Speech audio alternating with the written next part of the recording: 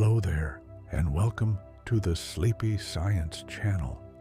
Find yourself somewhere comfortable right now.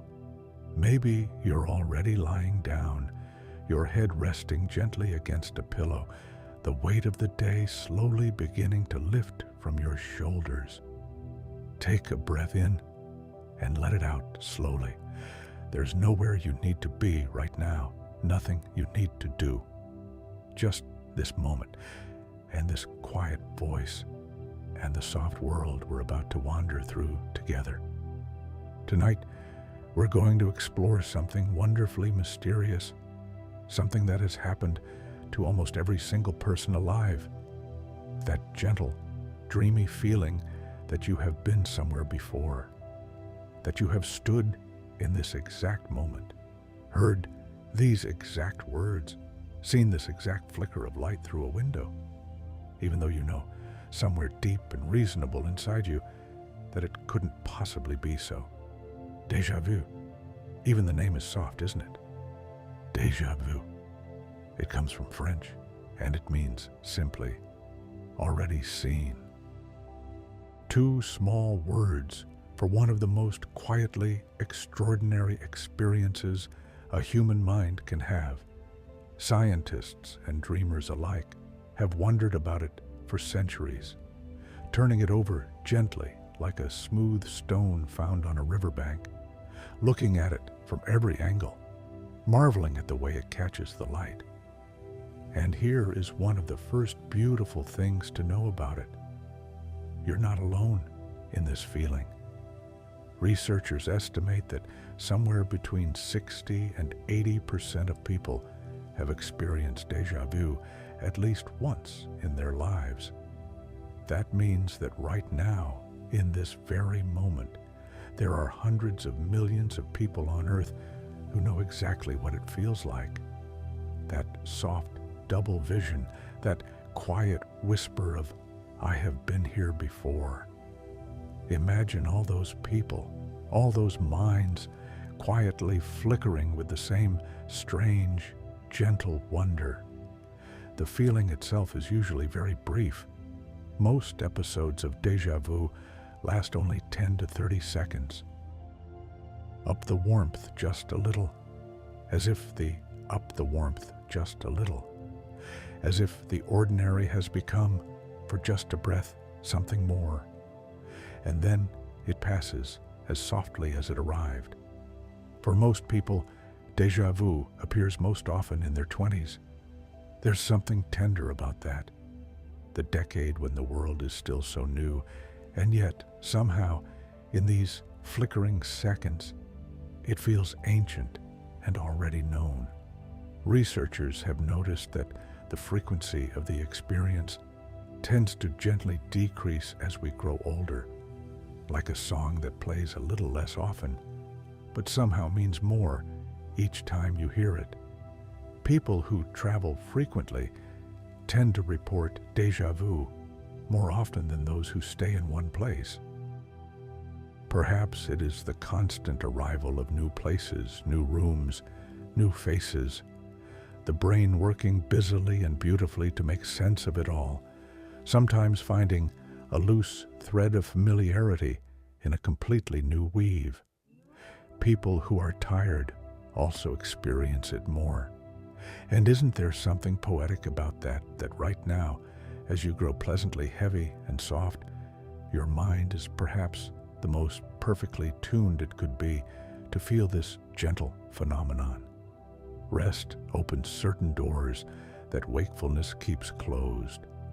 There is a French neurologist named Émile Boirac who is often credited with giving the experience its name.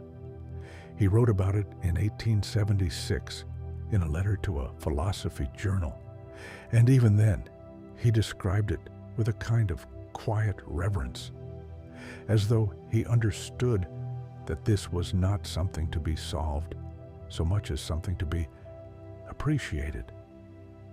He called it le déjà vu, and the name settled into language so naturally that it has never left. Before Boirac named it, people still felt it, of course. They always had. Ancient philosophers wrote about the sensation of encountering something new that felt strangely remembered. Plato wove it into his ideas about the soul, suggesting that perhaps we are born already carrying knowledge from somewhere else, somewhere before, and that déjà vu is simply the soul quietly recognizing what it already knows. What a lovely thought to carry into sleep.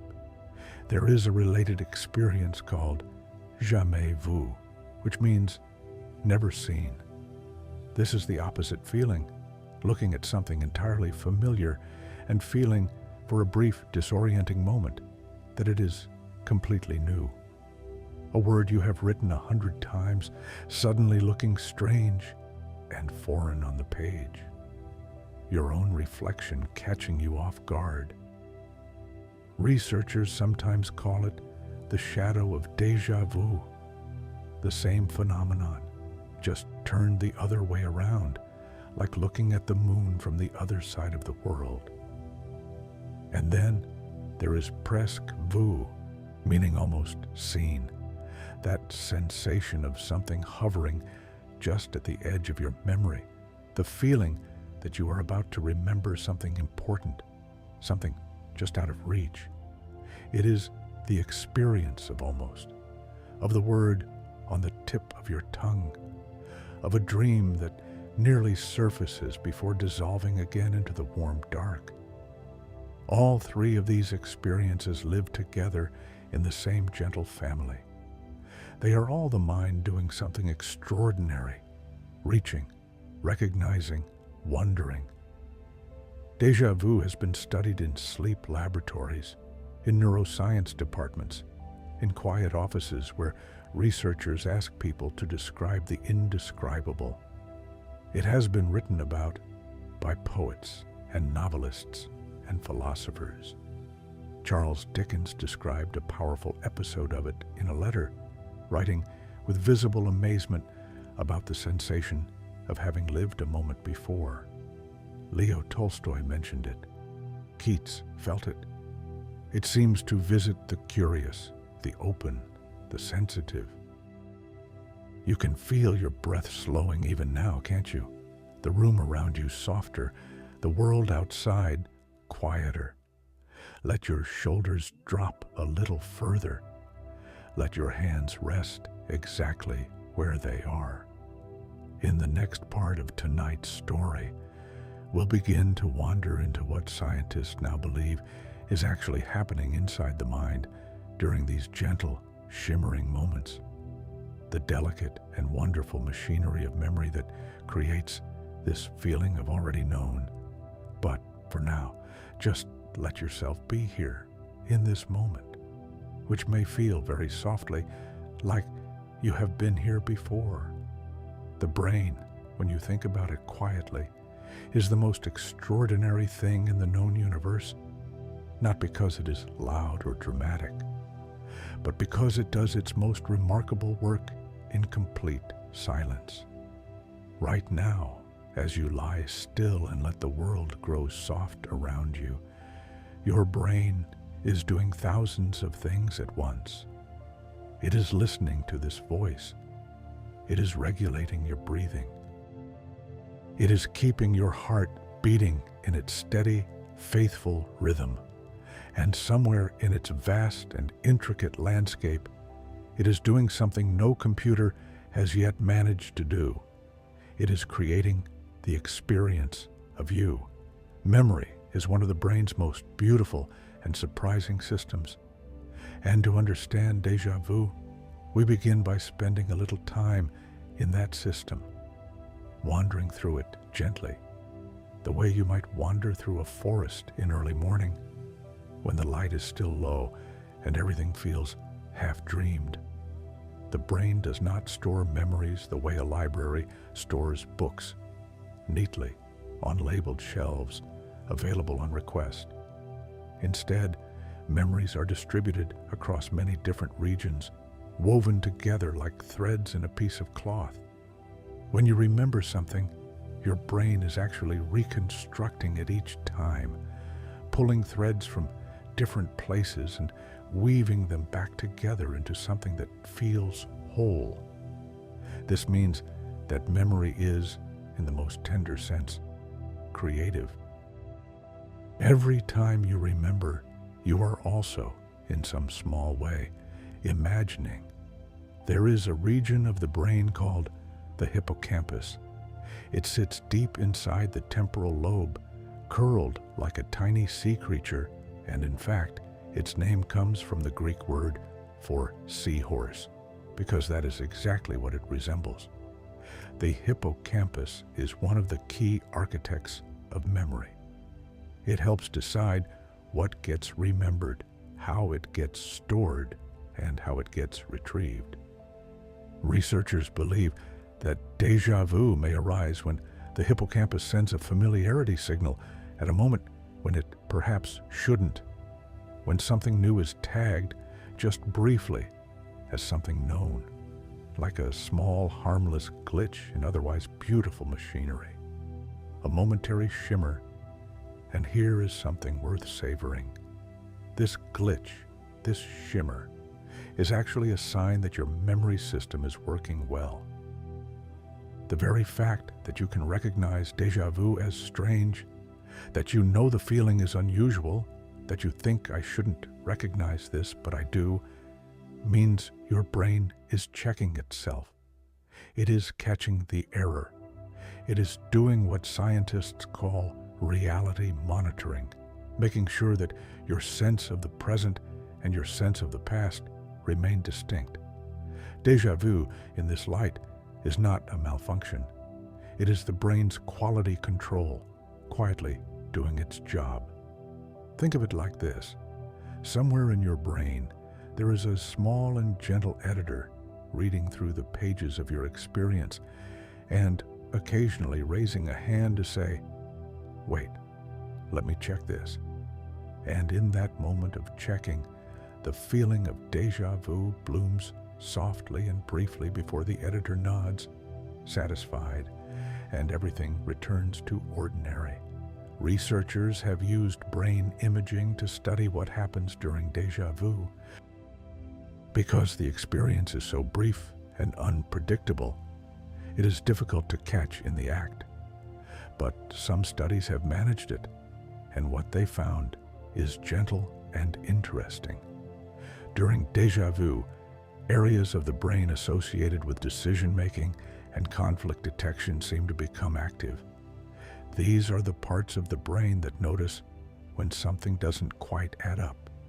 They light up, not with alarm, but with a kind of soft attentiveness. It is, perhaps, the brain leaning in. There is a theory called the dual processing theory of déjà vu. It suggests that the brain has two pathways for processing familiarity, a fast one and a slow one. Normally they work together, arriving at the same conclusion at almost the same time. But occasionally, the fast pathway sends its signal of familiarity just a fraction of a second before the slower, more careful pathway has finished processing. And in that tiny gap, that fraction of a heartbeat, the experience of déjà vu occurs, a fraction of a second. That is all it takes for the ordinary to become extraordinary. Time is strange and beautiful like that. A single second contains multitudes. You breathe in, and in the space of that breath, your brain has processed thousands of signals, made hundreds of decisions, and occasionally, just occasionally, created one of the most quietly wondrous experiences available to a human being. Let your eyes feel heavy now. Let the space behind your eyelids be warm. Some researchers have noted that déjà vu is more common when people are in a relaxed state, not fully alert, not rushing, but somewhere in the middle, in that gentle haze of easy awareness, the kind of state you might be drifting toward right now, as your breathing slows and the world becomes soft at its edges. Perhaps that is why so many people report having déjà vu in the late afternoon, or in the quiet hour before dinner, or in the moments just after waking from a nap. These are the hours when the mind is neither fully awake nor fully asleep, when it wanders a little, when the usual sharp divisions between now and then grow pleasantly blurred. The brain at rest is a brain that is still, quietly, very busy. There is a gentle theory that connects déjà vu to peripheral vision. Sometimes it suggests you may process something with the very edges of your vision, something just at the corner of your eye. And this peripheral impression creates a trace of familiarity. Then, when you turn to look at it directly, your brain has already registered it, just barely, and the room or the scene feels inexplicably known. You saw it before you saw it. A quiet loop of perception, folding gently back on itself. If you enjoy these stories, it would mean so much if you left a little comment below tonight, even just a word or two about how you're feeling. And a like helps other tired, curious minds find their way here too. Outside, wherever you are right now, the night is doing what nights do, growing quieter, growing cooler, settling itself. Stars are appearing, or clouds are drifting, or rain is tapping at glass. And you are here, perfectly still, letting your mind wander through the soft and luminous territory of memory and recognition. In the next part of our story, we'll wander further into the landscape of dreams and what they might have to do with this feeling of already known. We'll follow the river of sleep a little closer to its source. For now, breathe. Let yourself sink a little deeper into wherever you are. You are safe. You are here. And somehow, perhaps, you have always been here. Dreams are where memory goes when it thinks no one is watching. Every night, as you slide from wakefulness into sleep, your brain begins a kind of quiet housekeeping. It sorts through the day's experiences. It files things away, discards what it doesn't need, and moves certain important things from short-term to long-term storage. A process so delicate and so essential that scientists have spent decades simply trying to understand its outline. And somewhere in this nightly process, some researchers believe the seeds of déjà vu are quietly planted. There is a theory, soft and unproven, but beautiful, that déjà vu may sometimes be connected to dreams we have forgotten. Not the vivid, story-rich dreams we occasionally remember in the morning, but the quieter ones, the background dreams, the ones that dissolve before we fully surface. Dreams of rooms, of light through a window, of a voice at a certain distance.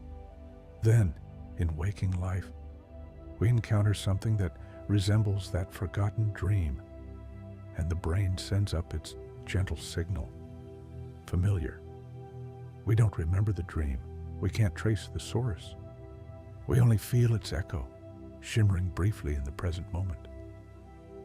The researcher Sigmund Freud, who thought about dreams more extensively than almost anyone before him, believed that déjà vu was connected to something the mind had suppressed, a thought, a fantasy, a wish, that briefly surfaced in the present moment, like a bubble rising from the bottom of a still lake.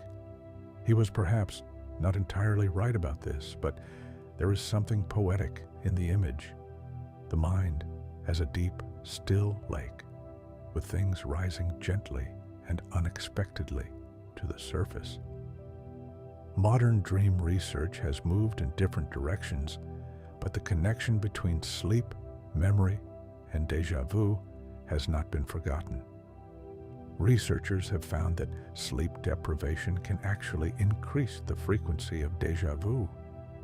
the tired brain becomes more prone to these small, shimmering misfiles, as though fatigue softens the careful organization of the memory system, letting signals cross just a little more freely. Which means, in the most tender way, that the feeling of déjà vu is partly a message from your body. Rest. Be still. Let me do my work. And here you are, already doing exactly that. There is a structure in the brain called the rhinal cortex, which sits close to the hippocampus and is involved in a kind of familiarity detection, a separate system from the one that handles full, detailed recognition. Researchers believe this system can be activated even when there is no complete memory to retrieve. It fires on fragments, on impressions, on the ghost of a similarity. This is why déjà vu can feel so complete and yet so sourceless. The familiarity is real. The brain really is sending that signal. But the memory it is supposedly connected to simply doesn't exist in any retrievable form. There is no original, only the echo, an echo of something that was perhaps never said. Isn't that a remarkable thing to hold gently in your mind as you rest?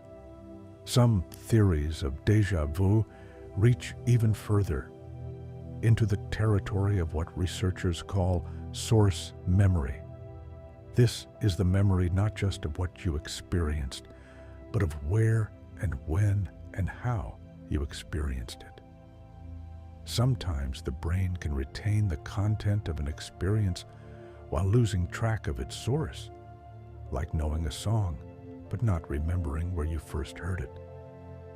When this happens with future-facing perception, when your brain processes something new but temporarily loses track of the fact that it is new, the result is déjà vu.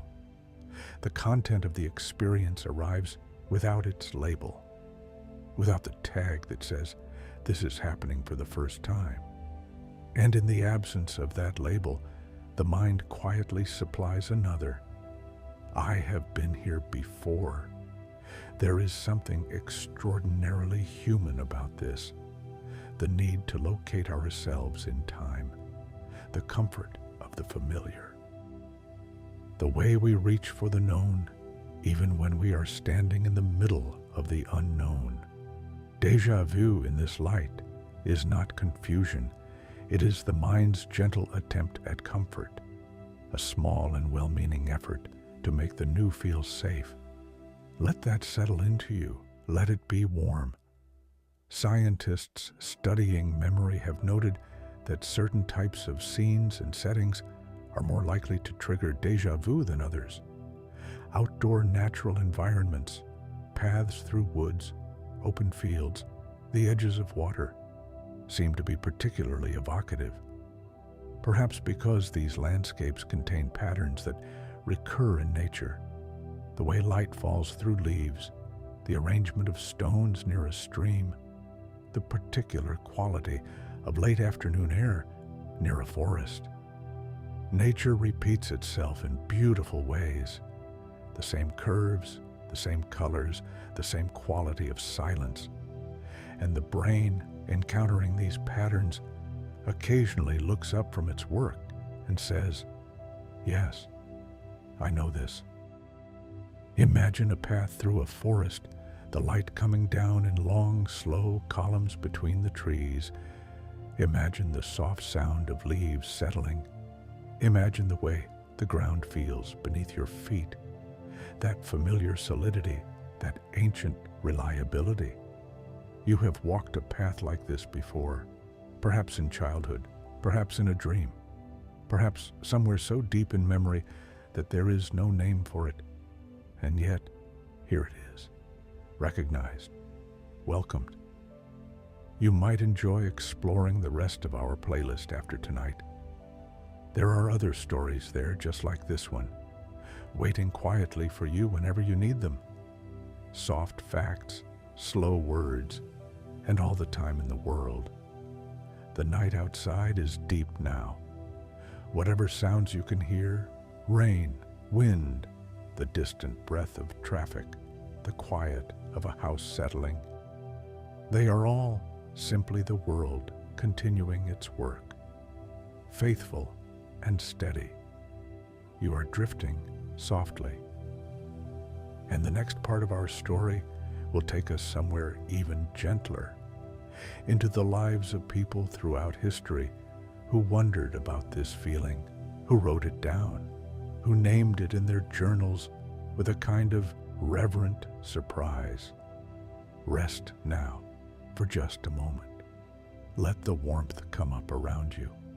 There is something quietly wonderful about the fact that across all of recorded history, in diaries and letters and novels and poems, people have paused in the middle of their ordinary lives to write down this strange, soft feeling, as if they needed to tell someone, as if the experience was too remarkable to simply let pass.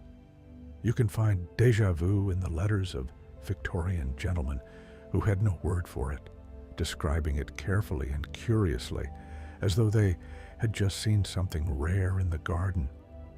You can find it in the journals of explorers who felt it while standing in foreign cities, surrounded by languages they didn't speak and streets they had never walked. You can find it in the memoirs of scientists who were, perhaps, slightly embarrassed by how strongly they felt something so difficult to explain. The writer Sir Walter Scott described a powerful experience of déjà vu in his own journal, writing about the feeling of having said particular words in a particular room with particular people at some earlier time, a time he could not identify, could not place, could not find the edges of. Charles Dickens wrote about it in David Copperfield, not incidentally, not as background detail, but as something his character experiences with quiet wonder. Dickens had felt it himself, he said, and found it among the strangest sensations of his life. The American essayist and philosopher Ralph Waldo Emerson thought about déjà vu with characteristic openness, writing that it suggested the mind was far deeper and larger than we usually imagine. That experience extends in directions we cannot see. What a warm thought that is. The novelist Marcel Proust, who was perhaps more interested in memory than any other writer in history, built entire cathedrals of thought around the idea of involuntary memory, the way a sensation could suddenly, unexpectedly, carry you back to something already lived.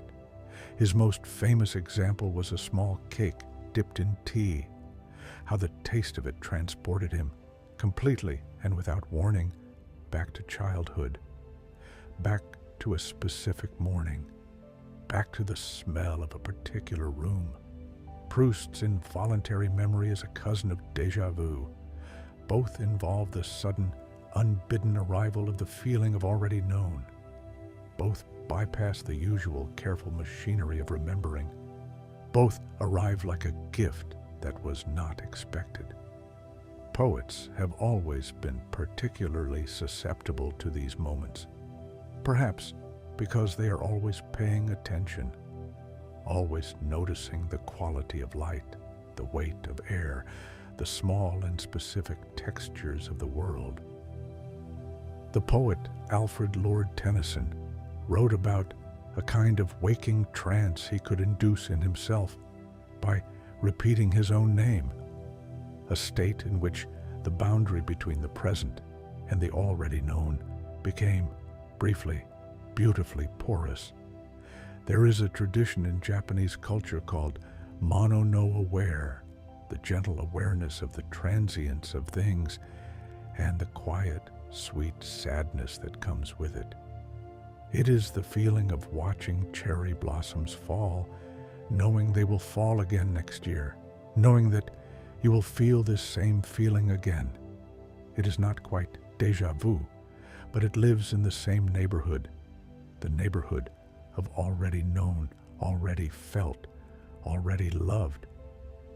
In the Yoruba tradition of West Africa, there is a concept of the soul as something that has lived before and will live again, moving through time in cycles rather than a single straight line. Under this worldview, déjà vu is not a quirk of brain chemistry. It is the soul briefly remembering its own long, looping journey. A moment of recognition from beyond the single life. Cultures across the world have found their own ways to understand and name this experience, and there is something deeply comforting in that.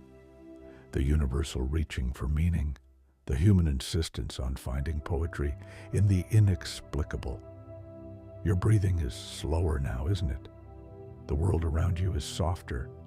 The philosopher and psychologist William James, who in the late 19th century wrote one of the first great systematic accounts of human psychology, spent considerable time with the question of déjà vu. He was a careful and precise thinker, but even he acknowledged that the experience seemed to sit at the edge of what reason could fully account for. He described it as a sensation of familiarity in the midst of strangeness, and noted that it seemed to say something important about the layered, non-linear nature of human consciousness. Consciousness, James believed, is not a thing but a process, not a place but a river. Always moving, always changing, doubling back on itself, creating eddies and quiet pools. Déjà vu, perhaps, is one of those eddies, a place where the river of awareness briefly folds back on itself, and you find yourself looking at the same water twice. A river folding gently, water recognizing itself. The philosopher Henri Bergson, who was fascinated by time and the nature of the present moment, suggested that déjà vu might arise because memory and perception are not as separate as we usually imagine.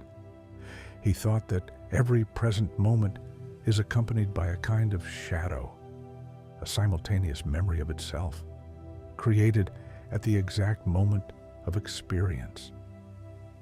Normally, this shadow is invisible, indistinguishable from the experience itself. But occasionally, the shadow becomes just slightly more visible, and in that visibility, that slight excess of familiarity, déjà vu occurs. The memory of right now arriving at the same time as right now. Isn't that an extraordinary idea to rest with? Outside somewhere, a tree is standing in the dark, doing what trees do all night, quietly exchanging gases, adjusting to the temperature, continuing its slow and faithful work. It has stood through hundreds of nights like this one, thousands, and each night it does not know it is continuing something ancient. It simply continues. There is no hurry. There is only the dark and the quiet and the breathing of things. If this story is finding you well tonight, we'd love to know. A small comment, a kind word, a gentle like. It helps more sleepy minds find their way here, and that makes us very happy. In our next part, we'll wander into the fascinating world of neuroscience experiments, the quiet laboratories where researchers have found ways to gently replicate the feeling of déjà vu, and what those experiments have revealed about the mind's most tender mysteries. But for now, rest. Let yourself be exactly where you are. Let your body be heavy and warm. Let your thoughts drift slow and easy, like clouds moving across a night sky. In a quiet laboratory somewhere, a researcher is asking a volunteer to look at a list of words.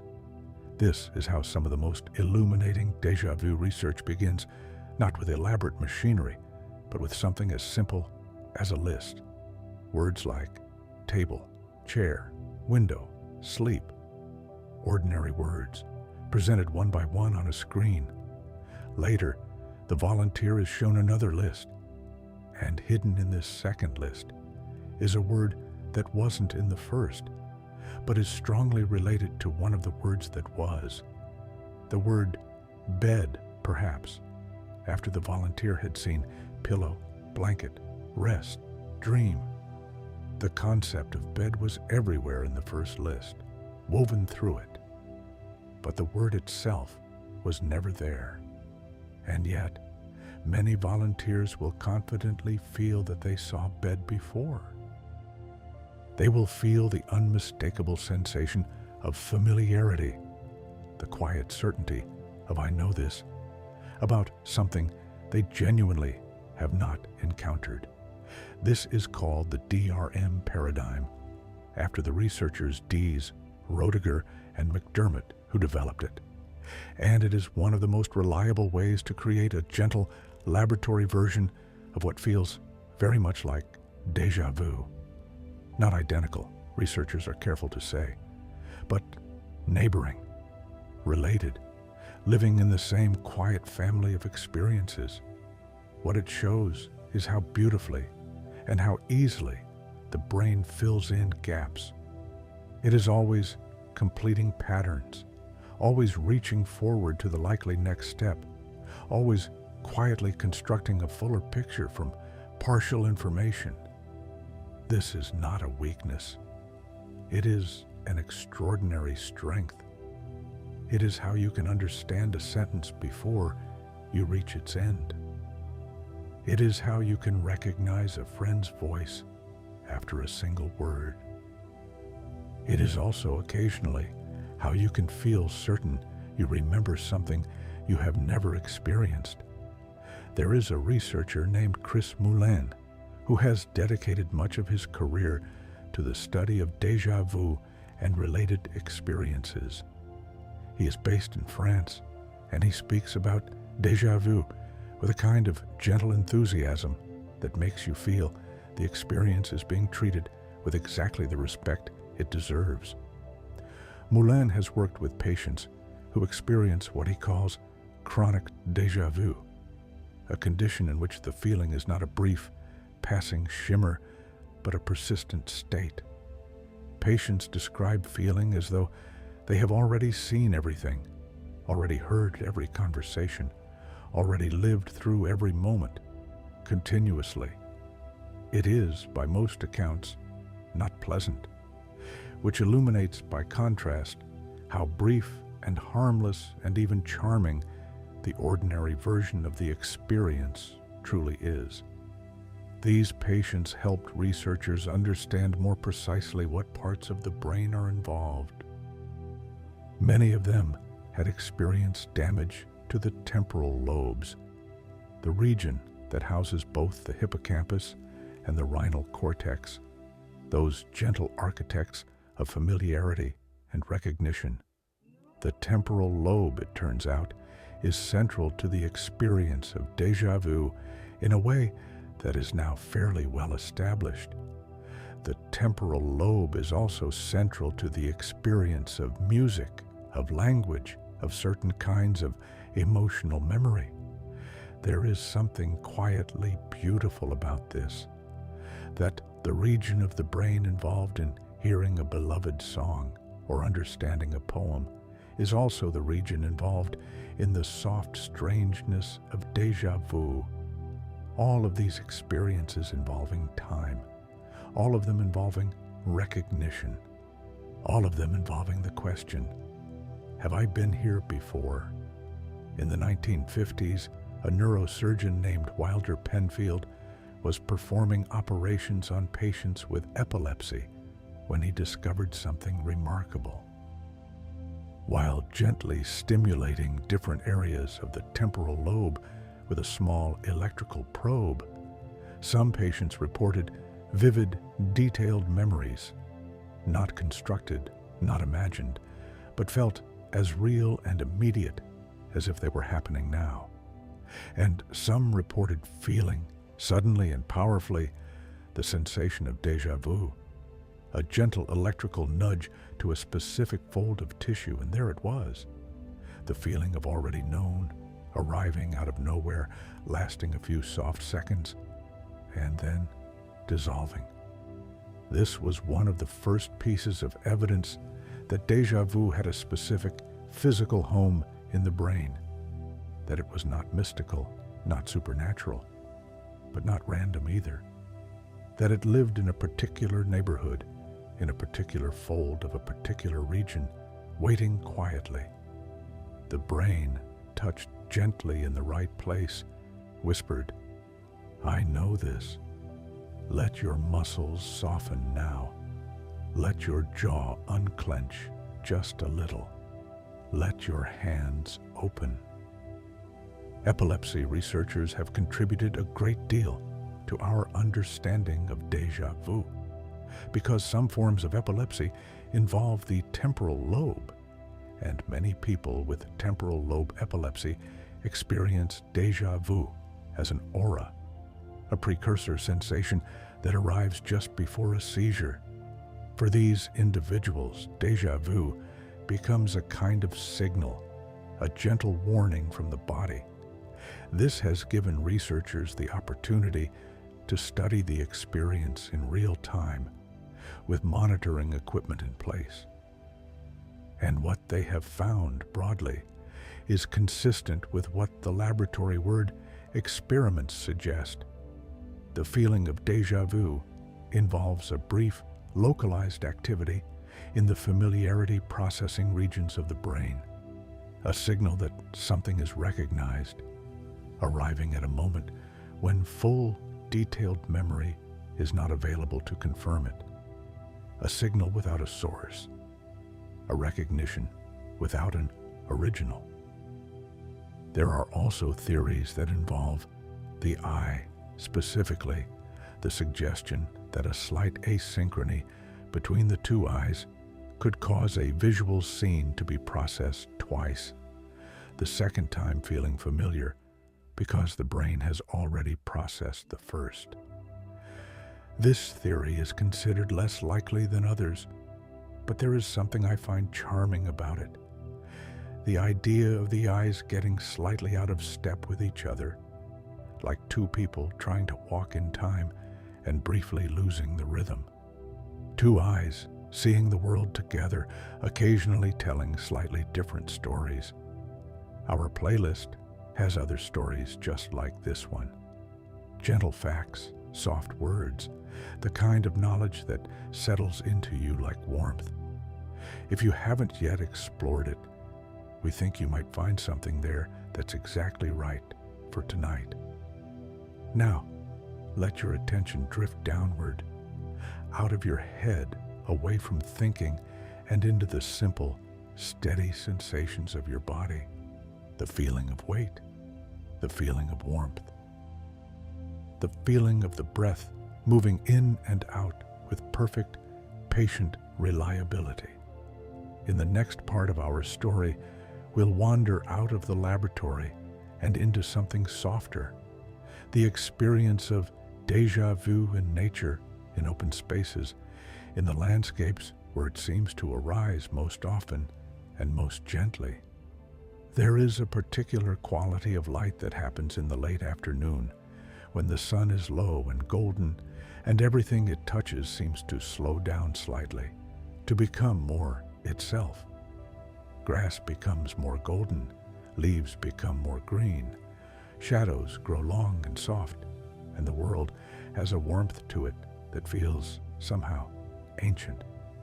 Many people report that this is the time of day when déjà vu is most likely to visit them.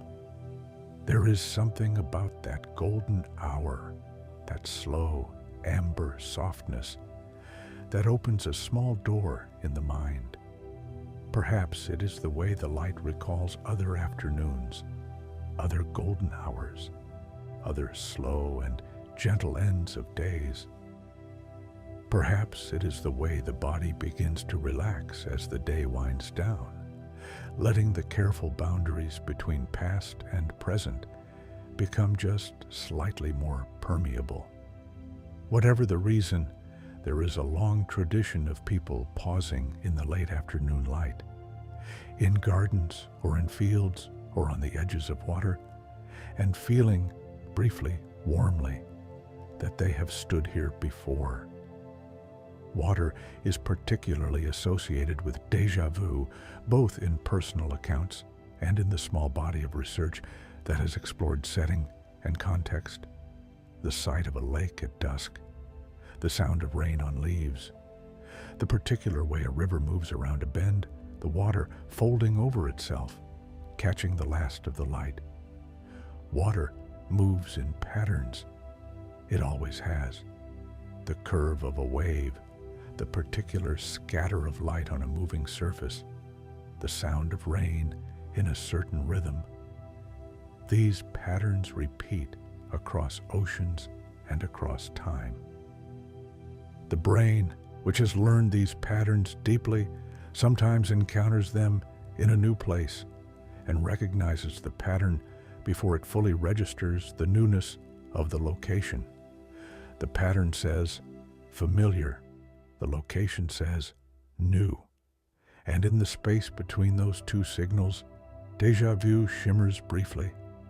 Forests are another landscape frequently mentioned in connection with déjà vu, perhaps because forests have a quality of timelessness, the same qualities of light and shadow and silence that a forest has today, it has had for centuries. Walking through a forest, you're walking through something ancient, and perhaps the brain, encountering that ancient familiarity, occasionally loses track of when it is. The scent of a forest after rain, petrichor, that soft and extraordinary word for the smell of earth touched by water, is one of the most widely reported triggers for involuntary memories. Not quite déjà vu, but related, the sudden arrival of the past in the present, carried on the air. Petrichor is caused by a compound called geosmin, released by soil bacteria when rain reaches the ground. For 1 billion years, animals have been smelling this scent and learning.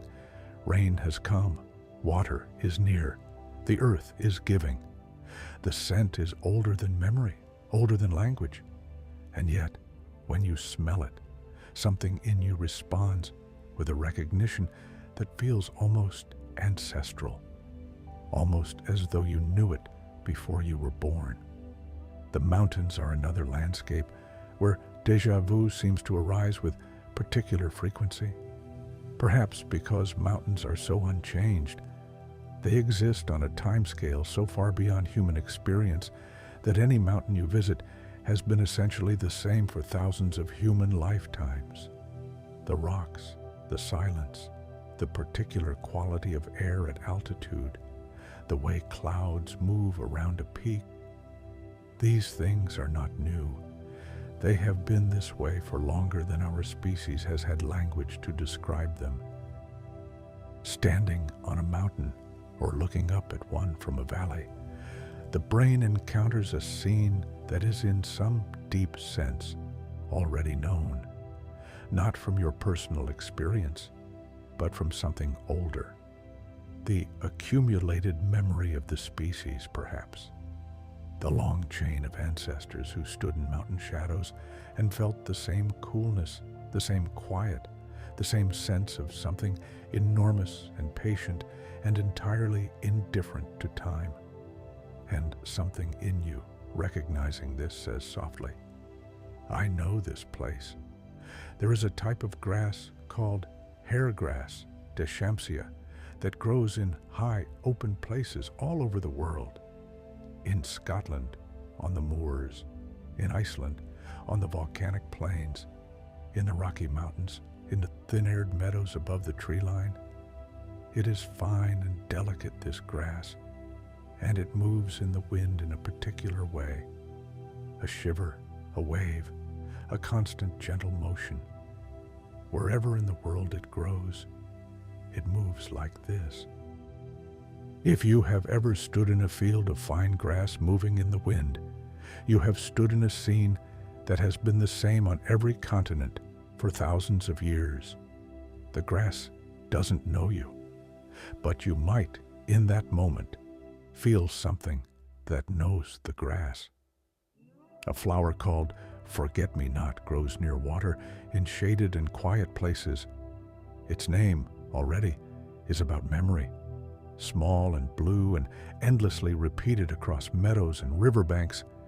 It is a flower that seems designed to be familiar, to be seen and immediately, softly recognized, to make the world feel for a moment like a place you have been before.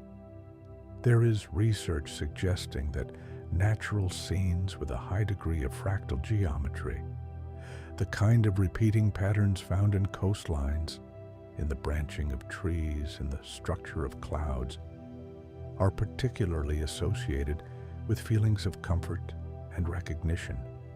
The brain appears to be deeply calibrated to these patterns, having evolved in environments full of them. When it encounters them, something settles, something recognizes, something says, home. Leave a little comment tonight if you're finding this story helpful, even just to say goodnight. And a gentle like means the world to us and helps other tired, curious minds find their way here.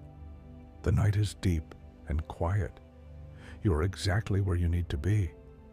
Let your attention rest on your breath, moving in its slow and faithful rhythm, and let the next part of our story find you already softer, already more still. There are places in the world that seem to generate déjà vu in nearly everyone who visits them.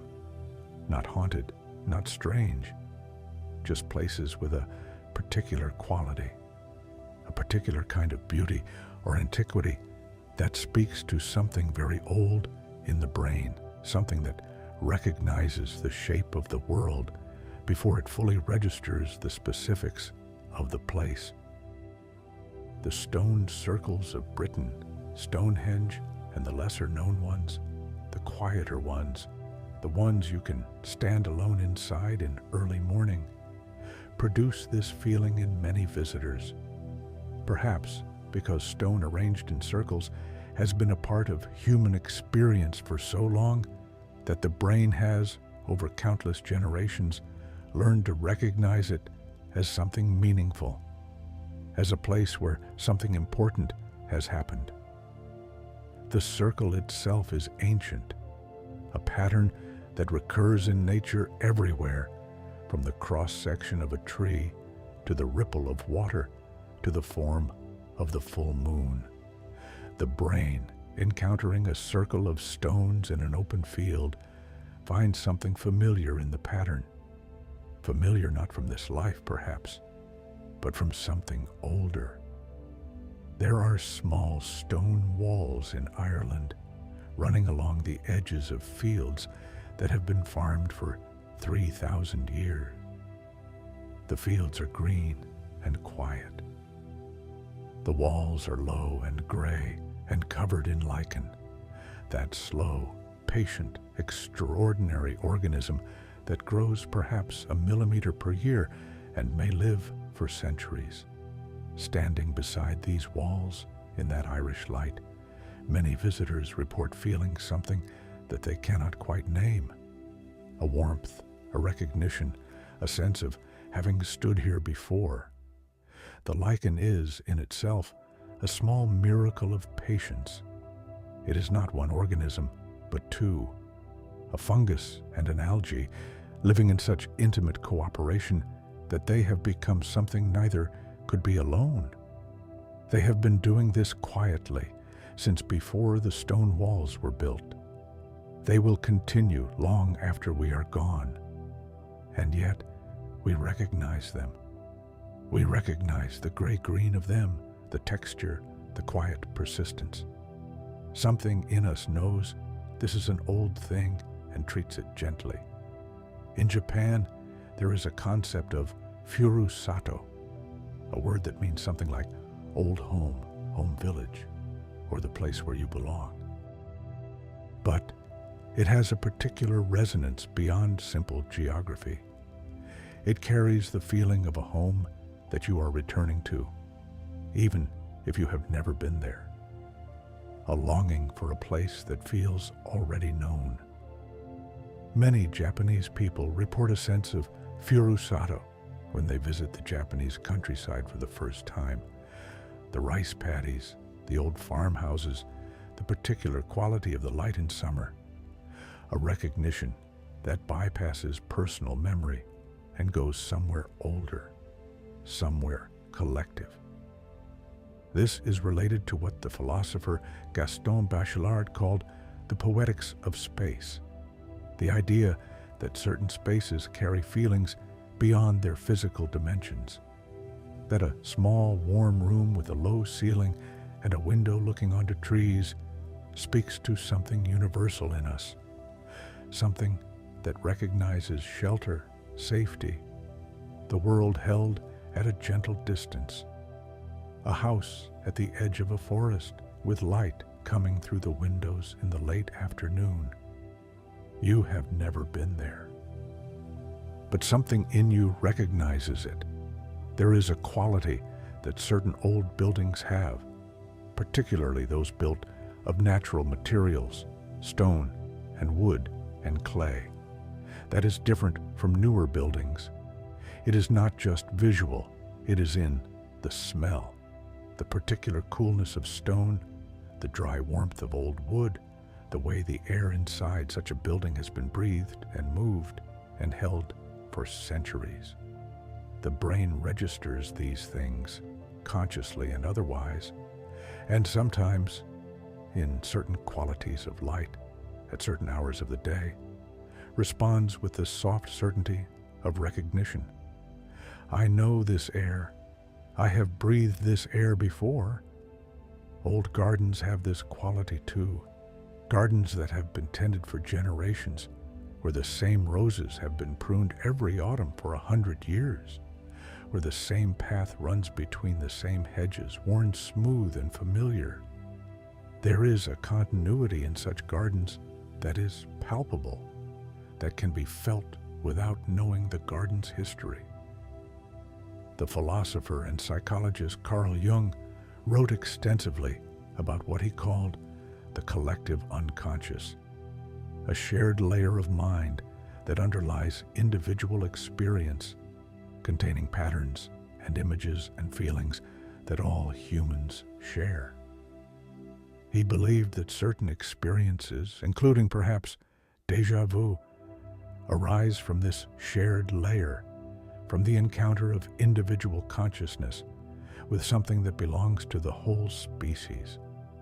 Whether or not one accepts the full framework of Jung's ideas, there is something in the concept that feels right, that resonates with the experience itself.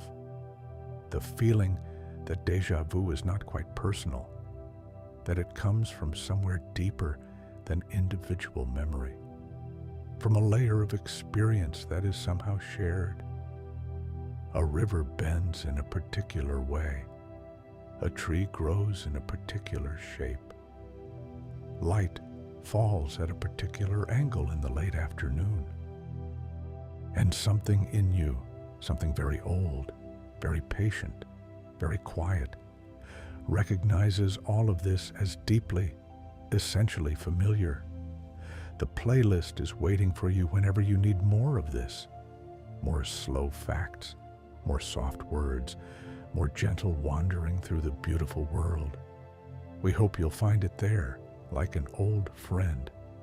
Now, let your awareness rest in the simplest thing, the warmth of wherever you are lying, the particular comfort of this exact moment, the knowledge that you are safe and still, and that the night is long and quiet around you. There is a kind of déjà vu that happens in music. You have probably felt it. The first notes of a piece you have never heard before, and yet something in you leans forward, recognizing not the melody, not the specific notes, but something in the pattern of them, the rhythm, the harmony, the quality of feeling the music creates. Music is one of the most consistent triggers for involuntary memory, for the sudden arrival of the already known. This is partly because the brain processes music in deeply pattern-sensitive ways, and partly because music is always patterns, recurring structures of rhythm and harmony and melody that the brain learns and anticipates with considerable precision. When a new piece of music resembles, in its underlying structure, something you have heard before, even something you've heard so long ago that you have no conscious access to the memory, the brain may recognize the pattern before you have any way of knowing what it's recognizing. And in that moment, music you have never heard before sounds, briefly, like a memory. There is a concept in music theory called the common musical lexicon, the shared vocabulary of harmonic progressions, melodic shapes, and rhythmic patterns that recurs across enormous swathes of human musical history. The same chord progressions that appear in Baroque compositions appear in different clothing in 20th century jazz and in contemporary pop music. The same melodic shapes that appear in lullabies from Europe appear in lullabies from Asia and Africa. These patterns are not plagiarism. They are the deep grammar of musical experience, the structures that the human brain finds naturally satisfying and naturally familiar. And so music, encountering us, often finds us partly already prepared. The pattern arrives, and something in us says, yes. Birds contribute to this in their own way. Birdsong, which is one of the oldest sounds the human brain has been exposed to, older than language, older than music as we understand it, seems to carry a particular kind of deep familiarity. Not déjà vu exactly, but its cousin. A sense of rightness, of this being the correct sound for this particular quality of morning or evening or season. The song of a blackbird at dusk has been sounding in the ears of hominids for millions of years. The brain that evolved to find that sound significant, that learned to register it as meaning evening, safety, the end of the day's dangers, still carries that learning.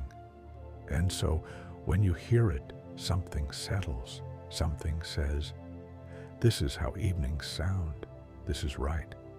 The nightingale is perhaps the bird most associated with this feeling. Its song has been described as one of the most beautiful sounds in nature, complex, rich, varied, seemingly inexhaustible in its invention. And yet, there is something familiar in it, something that goes beyond any individual's experience of having heard nightingales before. People who have never heard a nightingale in their lives sometimes feel, on first hearing one, that they have always known this sound, as though the sound is so deeply embedded in the human experience of night and beauty and longing that the brain carries it without having specifically learned it. The sound of rain is another, the particular rhythm of rain on leaves, rain on earth, rain on the surface of still water. There is a pattern to this sound that the brain recognizes as deeply, essentially familiar. It is among the oldest sounds in the world. Rain fell on the earth for billions of years before there were ears to hear it. And now that there are ears, they recognize it instantly as safety, as sustenance, as the world continuing its faithful work. Let the sound of rain settle in your mind now, if you can imagine it. The soft percussion of it, the way it fills the air with white sound that is somehow both everywhere and nowhere, the way it makes the world smaller and warmer, the way it says, "Be still. There is nowhere to go. You have heard rain before, many times, in many places, and something in you, hearing it now in your imagination, recognizes it from all of those times at once. This is how memory works, in the gentle way, not as a precise archive, but as a blending, a composite. The rain you remember is not any one rain. It is rain itself, distilled from all the times you have ever stood inside while the world was wet, or walked through it, or listened to it from a warm bed exactly like the one you're in now. And if tonight you feel, just for a moment, that you have been here before, in this exact warmth, with this exact softness, listening to a soft voice talk about rain and memory and the ancient familiar world. Perhaps you have. Perhaps this feeling of rest, of safety, of the day ending gently, is so deeply known that your brain cannot help but recognize it. I have been here before. I have always been here. This is where I am. A small like or comment, if you find this story settling into you nicely, means so much. It's what keeps the channel going and lets other tired minds find their way here too. Rest now. Breathe. Let the next part find you softer still. Children experience déjà vu differently than adults. Or rather, they experience something in the same family of sensations, but they often don't have the language for it yet. They might describe it as a feeling of having dreamed something before they actually lived it. Or they might say, with a kind of wide-eyed simplicity, that they feel like they've already done this. Researchers who have studied déjà vu in children have noted that it often comes with a quality of wonder rather than disorientation. Children haven't yet learned to be puzzled by the phenomenon. They sometimes simply accept it with the same openness they bring to most of the world's mysteries. There is something in this worth keeping as we grow older. Young children between the ages of 8 and 12 seem to be in a particularly rich period for déjà vu. The brain at this age is in a phase of intense memory consolidation, laying down neural pathways at a remarkable rate, building the architecture of long-term memory that will serve the rest of life.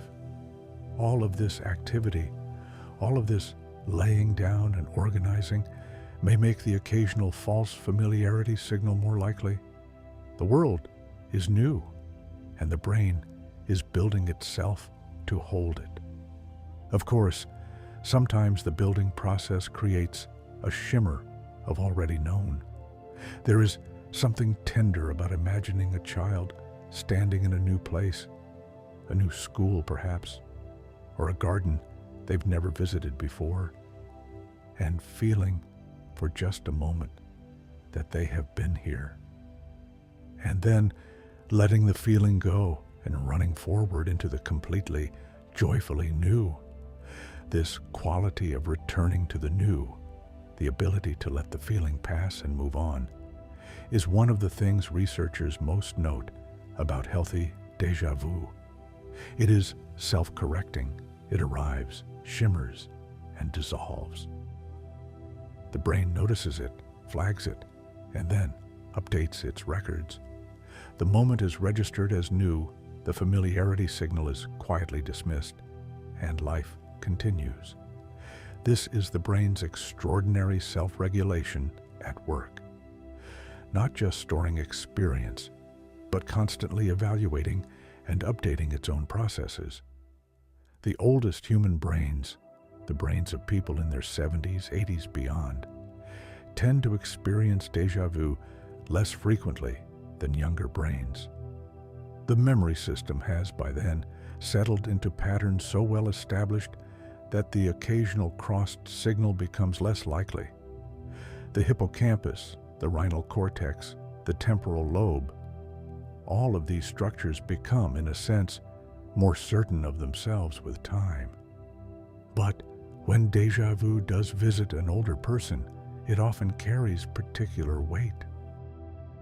A lifetime of accumulated experience means that the feeling of already known comes with enormous resonance, calling up not just one previous time, but many, a chorus of remembered instances and places and moments, all saying the same thing. You have been here. You are still here. You will always have been here. There is something in that which is very close to what people mean when they speak of the feeling of a life fully lived, of having so much accumulated experience that the present moment is always in some sense also the past, always also an echo of something already known. A person who has watched many sunsets recognizes each new sunset not just as this one particular event, but as something continuous with all the others, a thread running back through years and seasons and different skies, all of the same fundamental, beautiful, familiar warmth. Each sunset saying, you know this, you have always known this. This is the way the day ends. There are trees that have witnessed enough sunsets to make this continuity almost unimaginable. A bristlecone pine, those ancient, gnarled, extraordinary trees that grow in the high desert mountains of the American West, can live for 5,000 years. The oldest known individual, named Methuselah, has been growing on a mountainside in California for nearly 5,000 years. It was already ancient when the Egyptian pyramids were new. Imagine the number of sunsets that tree has witnessed, the number of seasons, the number of nights just like this one, the dark settling quietly around it while it continued its slow and faithful work. And yet each night is, for that tree, just a night, no different from the last. No anxiety about whether this dark will end. Complete, perfect certainty in the familiar rhythm of things. We have so much to learn from trees about the comfort of familiarity. Let your body be heavy now. Let the mattress or the cushion or whatever is holding you have your full weight. You don't have to hold yourself up anymore. Let the ground do what it has always done, hold you steady and patient, the way it has held everything that has ever lived. The next part of our story will wander into something even softer, the relationship between déjà vu and the feeling of wonder, of marveling at the world, of what it means to be a creature that can feel, however briefly, the shimmer of already known. There is a quality that déjà vu shares with certain other experiences, with the sight of a great mountain, or the sound of a piece of music that moves you to unexpected tears, or the particular feeling of lying in warm grass on a summer afternoon with nowhere to be. It is a quality of more, of the ordinary world becoming, briefly, slightly luminous, of meaning arriving without a reason, without a source, without a word that can hold it. The philosopher Edmund Burke called this feeling the sublime, the overwhelming sensation in the presence of something vast or ancient or incomprehensible, the feeling that the world is larger than your mind can contain, and that this largeness is somehow not frightening, but beautiful. Déjà vu is a quieter version of the sublime, not overwhelming, just an unexpected shimmer, a brief moment when the ordinary world reveals an extra dimension, a slight depth that wasn't visible a moment before. And like all experiences of the sublime, it tends to leave people feeling, in its aftermath, briefly, more alive, more present, more aware of the texture of the moment they are actually in.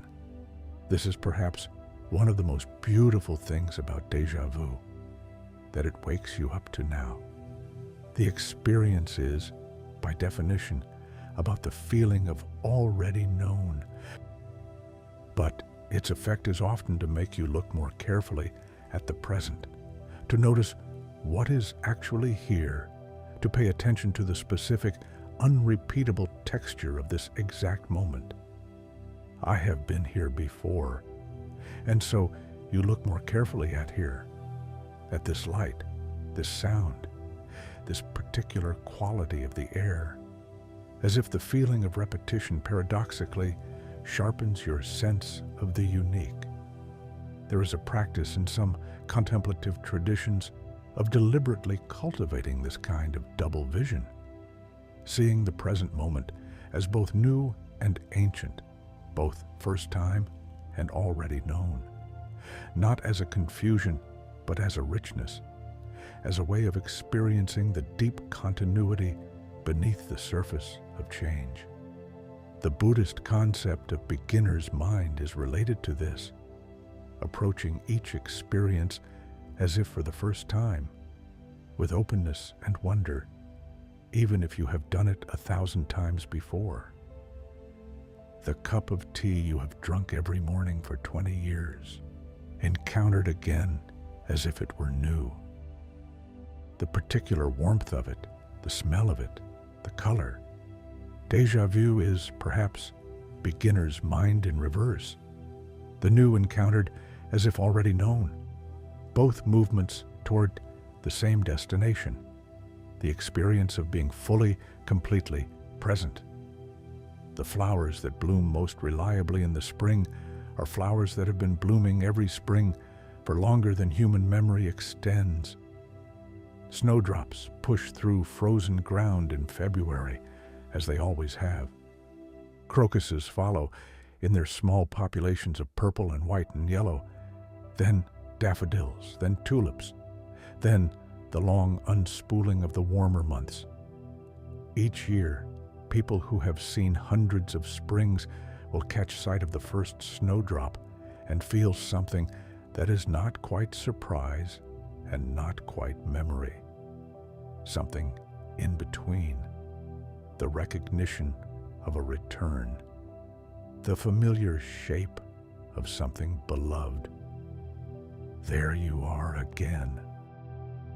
The first stars appearing after sunset have this quality, the familiar shapes of constellations returning to the same positions, the same regions of sky, night after night, season after season, the pattern of them so deeply known that they can navigate by something older than charts or compasses.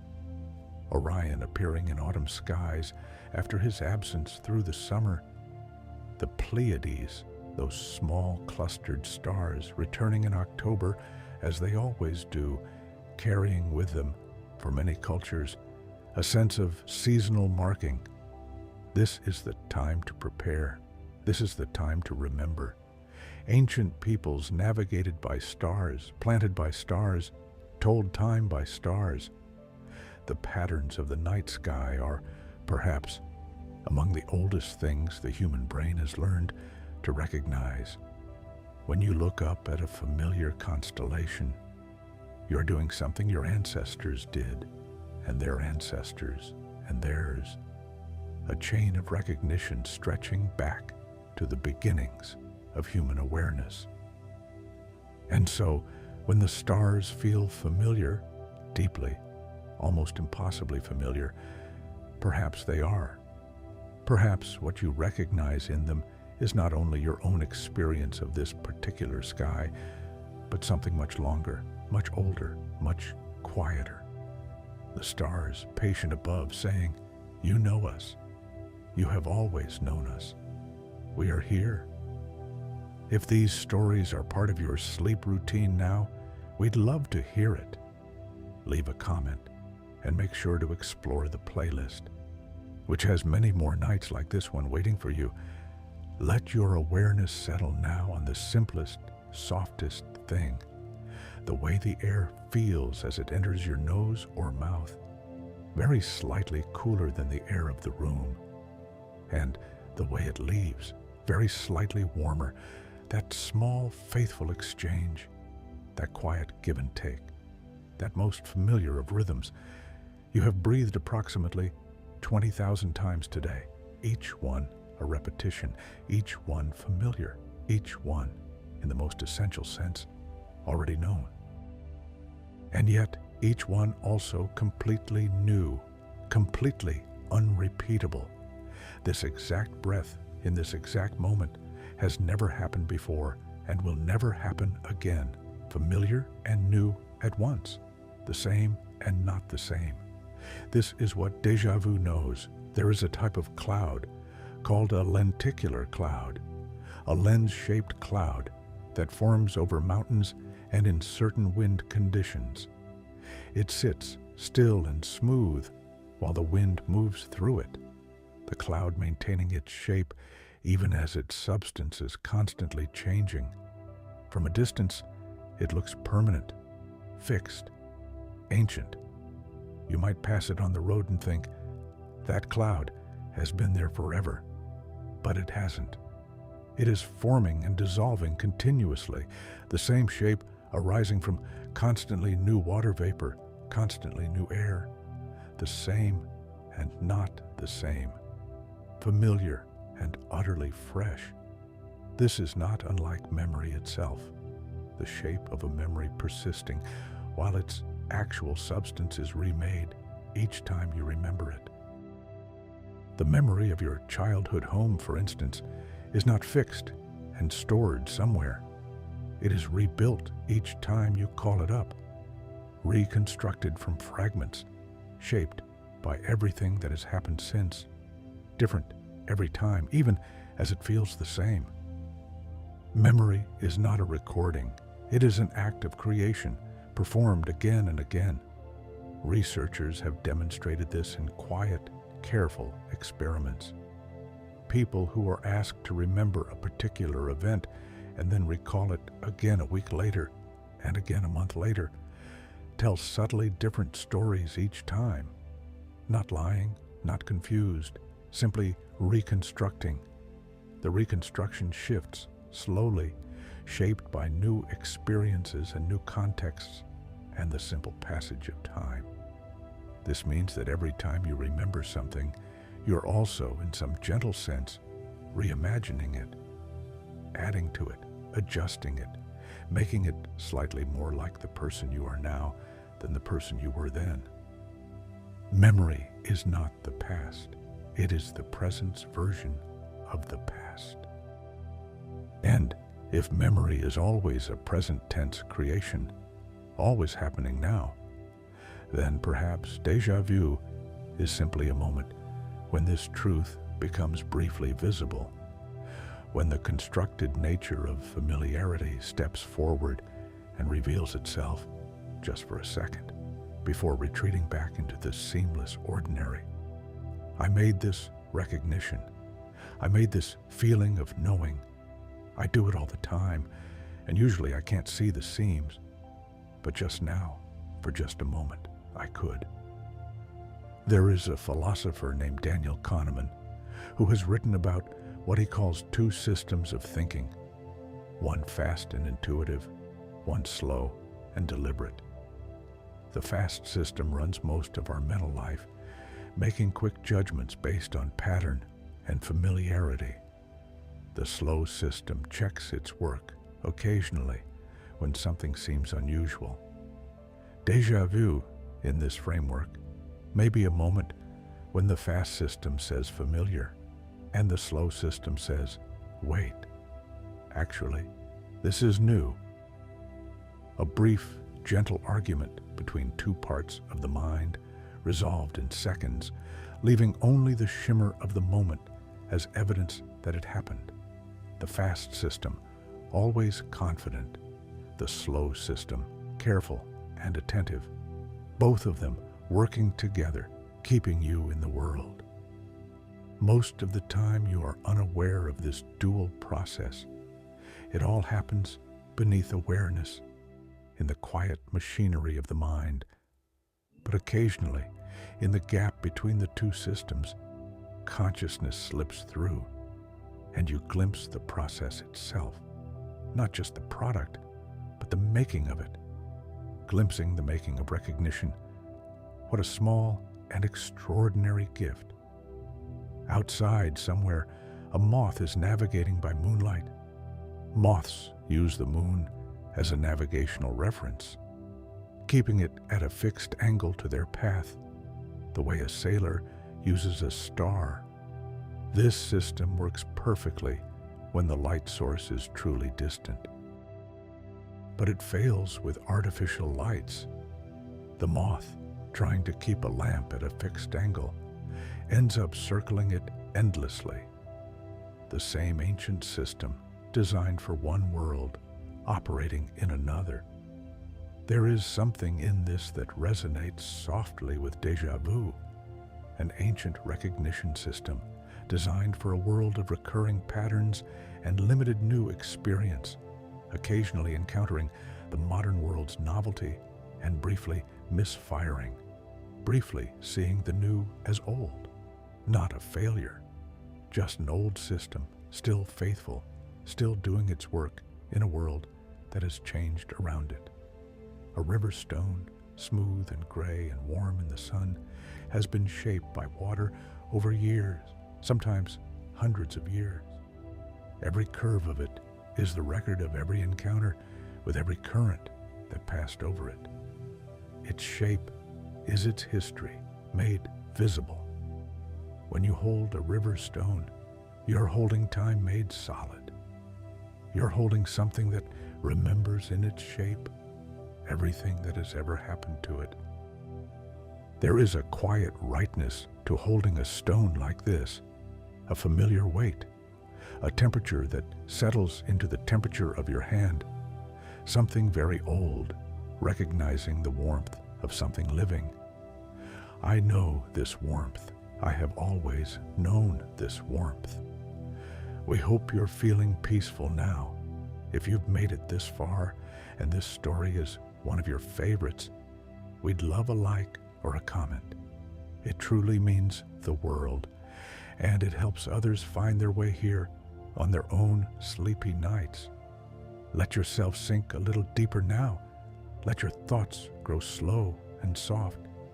The next part of our story is close to the last, and it will bring us gently home. There are places where the air itself seems to remember, not metaphorically, or at least not entirely. Certain atmospheric conditions, high humidity, particular temperatures, the presence of specific compounds in the air, can carry scents and sounds from much further away than usual. A place that is normally odorless can suddenly, in the right conditions, carry the smell of the sea from 50 miles distant, or the scent of flowers from a meadow you cannot see. These unexpected arrivals of sensory information from elsewhere, from a place or a time that you are not expecting, can trigger the most vivid of involuntary memories. The smell of something that was present in your childhood, the sound of something you haven't heard in decades. And with the memory comes the feeling, that warm, unmistakable recognition. I know this. There is a technical term, olfactory evoked recall, for the remarkable power of scent to retrieve memories. Of all the senses, smell has the most direct pathway to the memory centers of the brain. The olfactory nerve connects almost immediately to the amygdala and the hippocampus, bypassing the usual relay stations, arriving with unusual directness and unusual emotional power. This is why the smell of a particular food can carry you completely back to a specific afternoon in childhood. Why a particular perfume can make someone absent feel suddenly, warmly present. Why the smell of rain, of pine resin, of fresh bread, of old books. These scents carry such weight, such immediate recognition. The pine forest in particular has this quality. Pine resin, that clean, bright, slightly sweet scent, is one of the most widely recognized and widely loved natural scents in the world. Researchers have found it consistently associated with feelings of calm, clarity, and positive memory. Perhaps because humans have been living near pine forests for so long, using pine resin for so many purposes, light, waterproofing, medicine, building, that the scent has become deeply encoded as something associated with shelter and safety. You have probably smelled pine and felt immediately that you were somewhere good, somewhere you have been before. There is a type of forest therapy practiced in Japan called Shinrin-yoku, forest bathing. The practice involves simply being in a forest, slowly and without agenda, breathing the air, listening to the sounds, allowing the particular atmosphere of the forest to do its work on the nervous system. Research on Shinrin-yoku has found measurable physiological effects: reduced cortisol levels, lower blood pressure, improved immune function, decreased anxiety. The forest, it turns out, genuinely helps. The phytoncides released by trees, the volatile organic compounds that give forests their distinctive smell, have direct effects on human physiology. The forest has always known how to care for us. We are just now beginning to understand how. Walking slowly through a forest and feeling, as many people do, an almost immediate sense of already belonging, of "I have been here before," is perhaps not only déjà vu. It is perhaps also the deep, ancient familiarity of the human body encountering the environment in which it evolved. The tall trees, the filtered light, the soft floor of leaves and needles, the particular quiet that is never silent. These are not just beautiful. They are familiar at the level of biology. The body knows this place. A tree called the beech, Fagus sylvatica, has smooth, pale gray bark that feels, when you put your hand on it, warm. Not like cold stone or rough wood, but warm. The pale bark reflects and holds heat in a particular way, and the texture of it is fine enough that the warmth transfers to the hand easily. Standing with your hand on a beech tree in late afternoon, with the sunlight coming through the canopy above, is an experience that many people describe as unusually calming, as though the tree is giving something, as though the warmth of it is already known. A stream in a forest makes a sound that changes as it flows, fast and bright over stones, slower and lower in the deeper pools, a constant gentle conversation with its own banks and bed. Sitting beside such a stream and listening, it is easy to feel that you could listen to this forever, that you have listened to this forever, that there is nothing here that is not already entirely familiar. The water knows the shape of the stones. The stones have learned the way the water moves.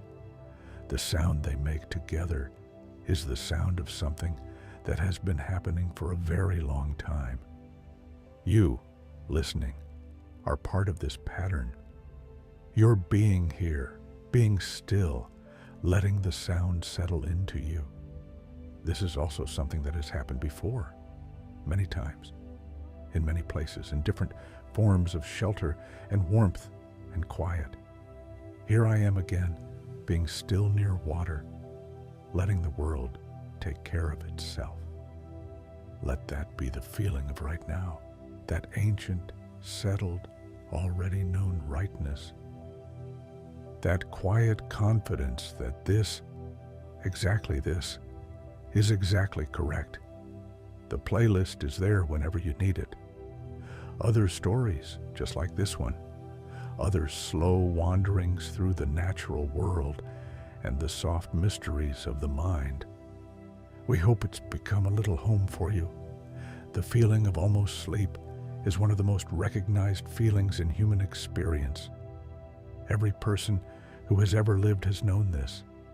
The slow softening of thought, the way the edges of awareness blur, the way sound becomes remote and comfortable rather than immediate and demanding, the way the body grows heavy and warm and entirely trusted to whatever holds it. This threshold, the place between waking and sleeping, has been called many things. In neuroscience, it is called the hypnagogic state. It is the territory of half-formed thoughts and images, of sensations that belong to neither full awareness nor full sleep. Many people experience it as a particularly rich place, a place where the mind is loose and associative, making connections it wouldn't make in full wakefulness. Déjà vu is more common in this state than at almost any other time.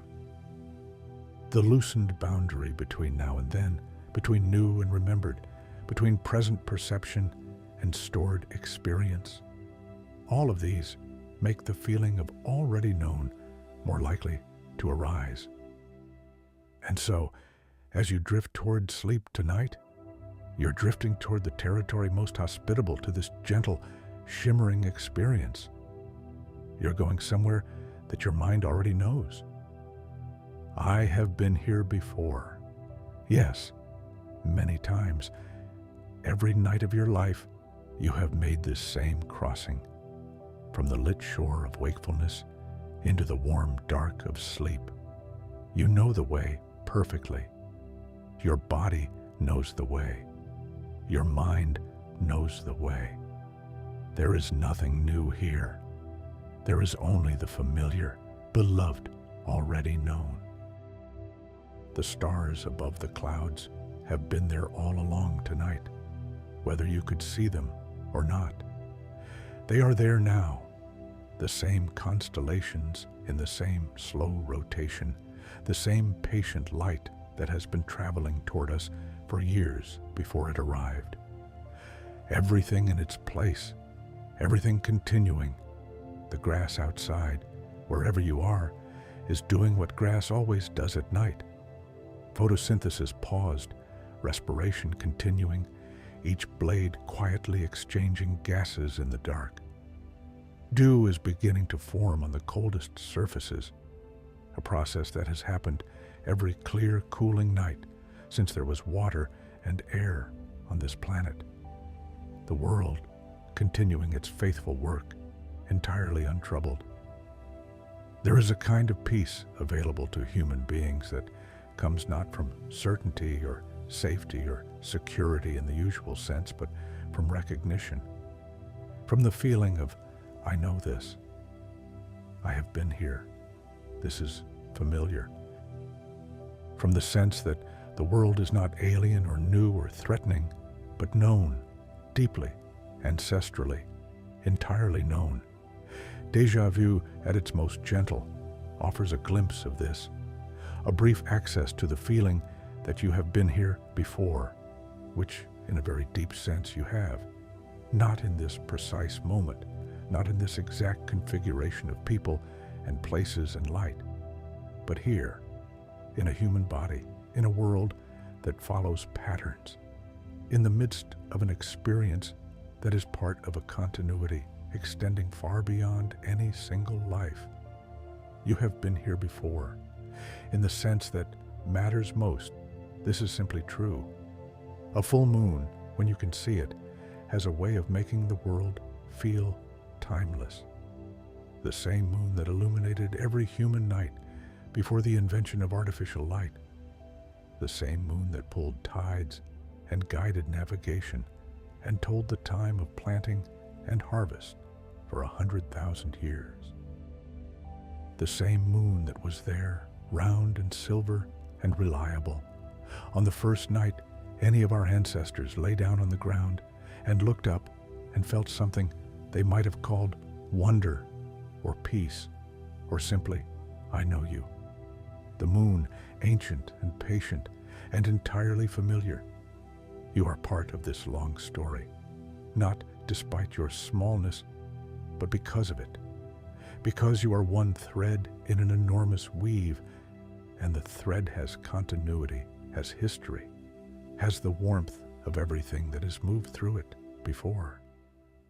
When you wake tomorrow, the world will be new again, fresh and specific, and full of things that have never happened before. But tonight, drifting towards sleep, let it be ancient. Let it be known. Let it be the most familiar thing in the world, this quiet, this warmth, this faithful, patient dark. Leave a comment if you're drifting peacefully tonight. We love to know you're out there, softly reading or listening, finding your way towards sleep. And a like sends us a small and gentle signal that means more than you might think. Almost there now, almost to sleep. The next part of our story is one of the last, and after that, there is only rest. There is a particular quality of silence that comes very late at night. Not absence of sound, there are always sounds somewhere, but a quality to the sounds themselves. They are further away, less insistent. The world has turned down its own volume, settled into a lower register, as though it too is getting ready to rest. In this late night silence, the mind begins to do something remarkable.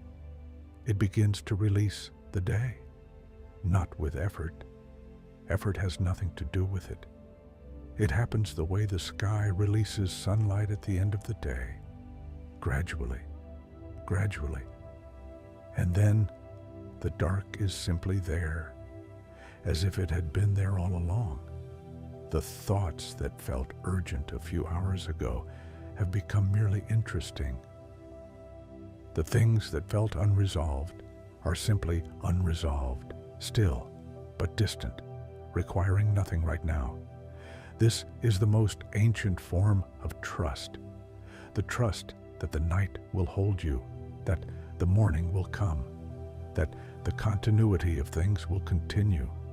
Déjà vu, in its most essential form, is perhaps a version of this trust, a brief, sudden recognition that the world is familiar, that you have navigated it before, that you know, in some deep and wordless way, the patterns of it, the way things tend to go, the way things tend to feel, the particular texture of being alive in a body on a planet in late evening, in a warm room with the sounds of the night outside. I know this. I know this. I know this. There is research, quiet and careful research, suggesting that people who have experienced significant déjà vu throughout their lives tend to have a particular relationship with memory. Not a perfect memory, not a photographic or exceptional one, but an engaged one. A memory that is attentive to the world, that notices patterns and returns to them, that finds meaning in recurrence and continuity. People who are genuinely curious about the world tend to experience déjà vu more often than those who are not. Perhaps because the attentive mind encounters more patterns, makes more connections, allows more of the world's deep continuity to register. Déjà vu, in this light, is a sign of engagement, of attention, of a mind that is truly present to the world it moves through. You are here. You are attending. You notice. The researchers who study this experience note consistently that it is not associated with anxiety in most people. Despite its uncanny quality, despite the brief disorientation of the feeling, most people describe it as pleasant, as interesting, as gently exciting in the way that any small mystery is exciting. This is telling. The brain's encounter with its own mysterious workings is, for most people, a source of wonder rather than distress. We are, it seems, built to be curious about ourselves, built to find the strangeness of our own experience fascinating rather than frightening. The grass in a meadow at night is still. The wind that moved through it all afternoon has quieted. Each blade rests, bends with whatever small current passes, holds the dew that has begun to form on its surface. The meadow is not sleeping exactly. Meadows don't sleep. But there is a quality to it in the late night that is close to rest. Small creatures move through the grass that have spent the day underground. A field mouse, a vole, a slow-moving beetle with iridescent wings. They navigate by scent and by the dim stars, by the particular texture of the ground beneath their feet, by everything their instincts have told them about this world. They know this territory. They have always known this territory. A barn owl somewhere nearby is doing what barn owls do in the small hours, flying low over the meadow, entirely silent, its hearing so acute that it can detect a mouse beneath several inches of snow. The owl has been perfecting this for millions of years. Its heart-shaped face is designed as a parabolic dish for collecting sound, the most refined and ancient of listening instruments. The owl knows this meadow by sound, knows every rustle, every frequency, every small disturbance of air that tells it something about the world below. Everything in the meadow is known, everything recognized. I know this. I have always known this. Let this be the feeling of tonight, the warmth and weight of being in a familiar world, a world your body knows how to navigate, a world that has been holding you all your life. Let the small uncertainties dissolve. Let the edges soften. Let everything that needs to be resolved continue to need resolving somewhere very far away while you rest here. You are in good hands. You always have been. The world has been carrying you your whole life, and tonight it continues, patient and untroubled. The next part of our story is the last, and it is very short and very soft, and it will carry you gently wherever you're going. Everything is quiet now. The night has settled into its deepest hour. That still point somewhere between midnight and dawn, when the world seems to pause, just briefly, and breathe. You have traveled tonight through the soft and luminous territory of déjà vu, through neuroscience and philosophy, through ancient forests and late afternoon light, through the moth navigating by moonlight and the owl listening to the meadow, and the lichen on the old stone wall, growing 1 millimeter per year with absolute patience. Through memories that are also acts of imagination. Through the sound of rain that is older than memory. Through the stars that have always been familiar, the music that you recognized before you knew it, the flowers that bloom every spring as they always have and always will.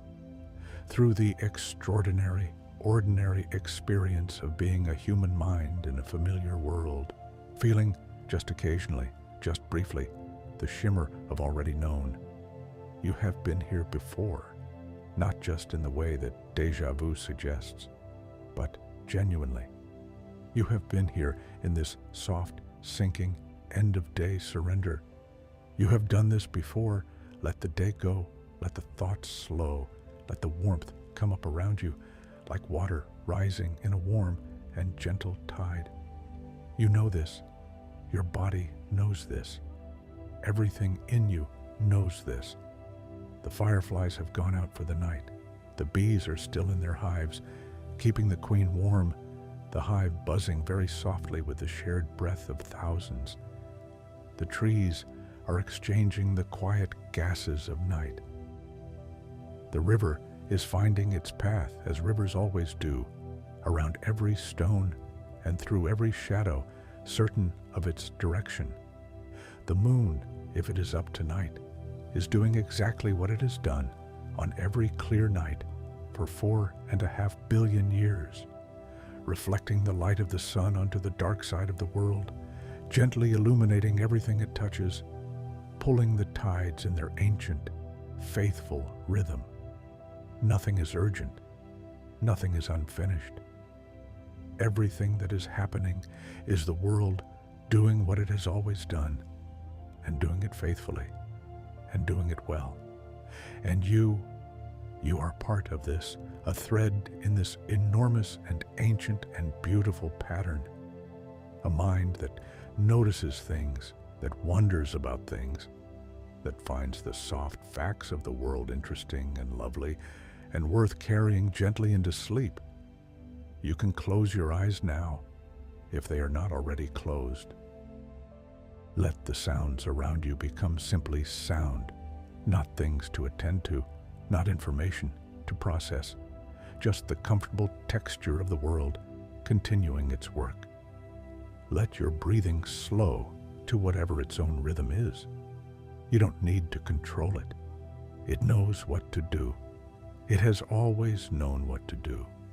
Let your thoughts drift where they want to drift, toward nothing in particular, or toward something soft and half-formed and half-remembered, toward something that might be a memory, or might be a dream, or might simply be the mind relaxing into its own depth. If tonight, just at the edge of sleep, you feel the soft shimmer of déjà vu, that gentle, warm, already known, let it be welcome.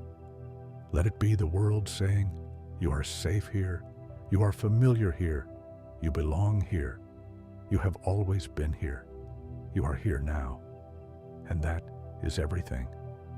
Good night. Sleep softly. We'll be here whenever you need to find your way back.